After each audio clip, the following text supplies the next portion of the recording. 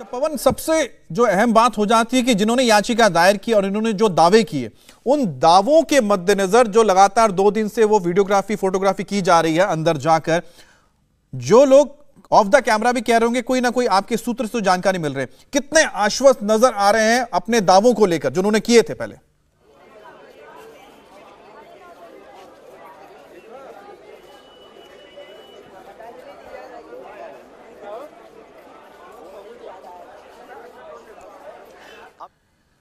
तो जैसा कि ये गाड़ियां आप देख रहे हैं, इन गाड़ियों में बताया जा रहा है कि कुछ जो अधिकारी थे वो वापस लौटे हैं, लेकिन मुख्य रूप से जिनको जिम्मेदारी दी गई है, जिनको कोर्ट ने अपॉइंट किया है, वो फिलहाल अभी भी अंदर मौजूद हैं। और जो याचिकाकर्ता हैं, जो साथ में अंदर गए, जिनकी याचिका पर ये सारे फैसला लिया कोर्ट ने, उसके बाद आदेश दिया गया, वो अभी तक कोर्ट में यानी कि जो अभी भी ज्ञानवापी में मौजूद है। पवन, आपके पास अभी क्या जानकारी आ रही है? जी, सबकी उत्सुकता इस बात को लेकर है कि आखिर दूसरे दिन के सर्वे में क्या हुआ।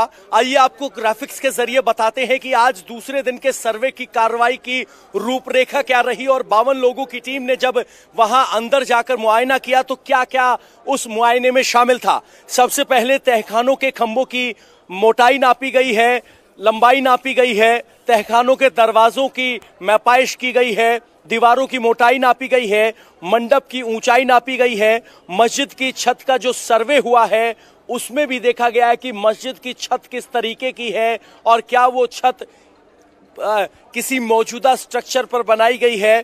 मस्जिद के गुंबद का सर्वे हुआ है और खंभों से धूल हटाकर आकृतियों की फोटोग्राफी और वीडियोग्राफी की गई है। तो फिलहाल की अपडेट ये है कि अपर नगर आयुक्त के आदेश पर चौक पर सफाई कर्मचारी पहुंचे हैं। 10 सफाई कर्मचारियों को अंदर बुलाया गया है और इन 10 सफाई कर्मचारियों को अंदर तहखाने की सफाई की जिम्मेदारी दी गई है, जिसके लिए उन्हें अंदर बुलाया गया है। तो कुल मिलाकर दूसरे दिन की कार्रवाई की अपडेट हमने आपको बताई, किस तरीके से पैमाइश की गई और खंभों और दीवारों की मोटाई को नापा गया। खंभों और दीवारों की मोटाई को नापने के दौरान इस बात का भी ध्यान दिया गया कि जो दीवार बनी है वो किस तरह के पत्थर का इस्तेमाल करके बनाई गई है। क्या वो कोरे पत्थर थे या वो ऐसे पत्थर हैं जिन पर कोई कलाकृतियां उकेरी गई हैं, ये सबसे बड़ा सवाल है। तो इस वक्त सबकी निगाहें, धूप बहुत ज्यादा है, गर्मी बहुत ज्यादा है, बावजूद इसके बड़ी संख्या में लोग यहाँ छांव में खड़े होकर इंतजार कर रहे हैं। बहुत से लोग यहाँ आ रहे हैं सामने से। हर आने वाले शख्स के सामने एक माइक होता है कि आप किस भूमिका में जुड़े हुए हैं।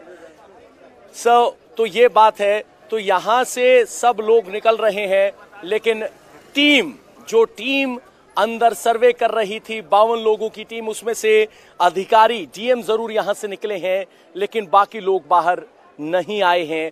पूरी टीम अभी अंदर मौजूद है और कागजी कार्रवाई की जा रही है। 12:40 का वक्त हो चुका है, यानी ये वीडियोग्राफी और सर्वे की कार्रवाई 12 बजे तक होनी थी।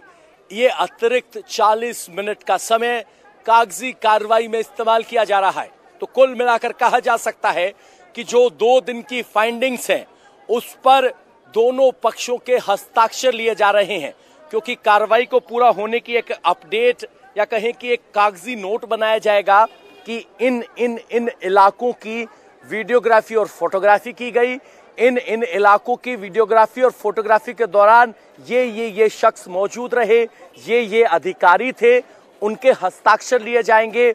और इसके अलावा जो कैमरा है जिसमें फोटो खींचे गए हैं, वीडियो बनाए गए हैं, उसकी भी आइडेंटिफिकेशन होगी, ताकि जब इलेक्ट्रॉनिक एविडेंस एक्ट के तहत उन फोटोग्राफ और वीडियोस को अदालत में पेश किया जाए तो उनकी सत्यता पर कोई सवाल ना हो। इसीलिए ये सब कागजी कार्रवाई की जा रही है, ताकि जो फोटो और वीडियो यहाँ से मिले हैं उन्हें सबूत के तौर पर अदालत में पेश किया जा सके।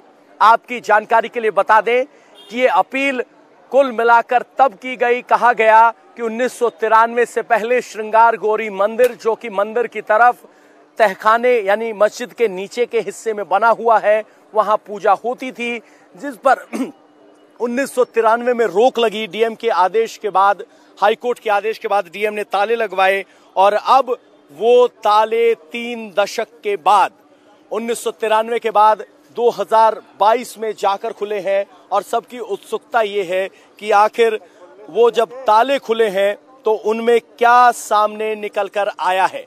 तो ये है, हमारी पूरी टीम लगातार हमारे साथ बनी हुई है। भास्कर मिश्रा हमारे साथ है, प्राची प्राशर हमारे साथ है, अश्विनी हमारे साथ हैं और ये सब पल पल की अपडेट आप तक पहुंचा रहे हैं। यानी ज्ञानवापी मस्जिद परिसर का जो सर्वे हुआ उसमें क्या निकल कर आया, वो सबसे बड़ा सवाल है और कोशिश ये है कि लोग जानना चाहते हैं कि आखिर निकल कर सामने क्या आया है, क्योंकि वहां से जो निकल कर आएगा और उसी से तय होगा कि वहां की स्थिति क्या है।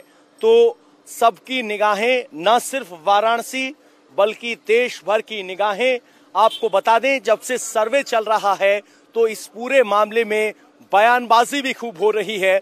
असदुद्दीन ओवैसी ने तो यहां तक कहा है कि ये एक और मस्जिद को होने के लिए वो तैयार नहीं है और ये मस्जिद के खिलाफ साजिश हो रही है, जबकि बीजेपी की तरफ से कहा जा रहा है कि ये सब अदालत के आदेश पर हो रहा है। आपको बता दें इस मामले में अंजुमन इंतजामिया यानी जो मुस्लिम पक्ष है और इस मस्जिद का केयरटेकर है, उसकी तरफ से सुप्रीम कोर्ट का दरवाजा भी खटखटाया गया था, लेकिन सुप्रीम कोर्ट के दरवाजे खटखटाने पर सुप्रीम कोर्ट ने उस अर्जी को स्वीकार तो किया, लेकिन यथास्थिति बनाए जाने को लेकर जो अर्जी दाखिल की है उस पर कोई अंतरिम आदेश नहीं दिया था। और यही वजह है कि कोई अंतरिम आदेश ना होने की स्थिति में ये कार्रवाई चल रही है और अब ये रिपोर्ट 17 तारीख को सौंपी जाएगी।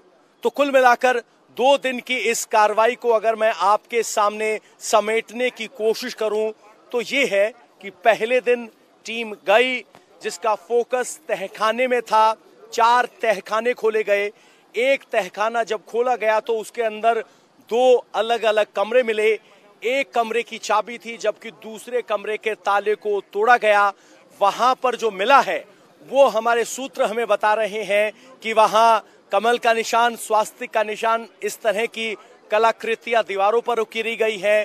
3 ट्रक भरने लायक पिलर वाले पत्थर हैं जिनसे कभी पिलर बना था, इस तरह के दावे किए जा रहे हैं। एक संगमरमर की मगरमच्छ की मूर्ति भी मिली है।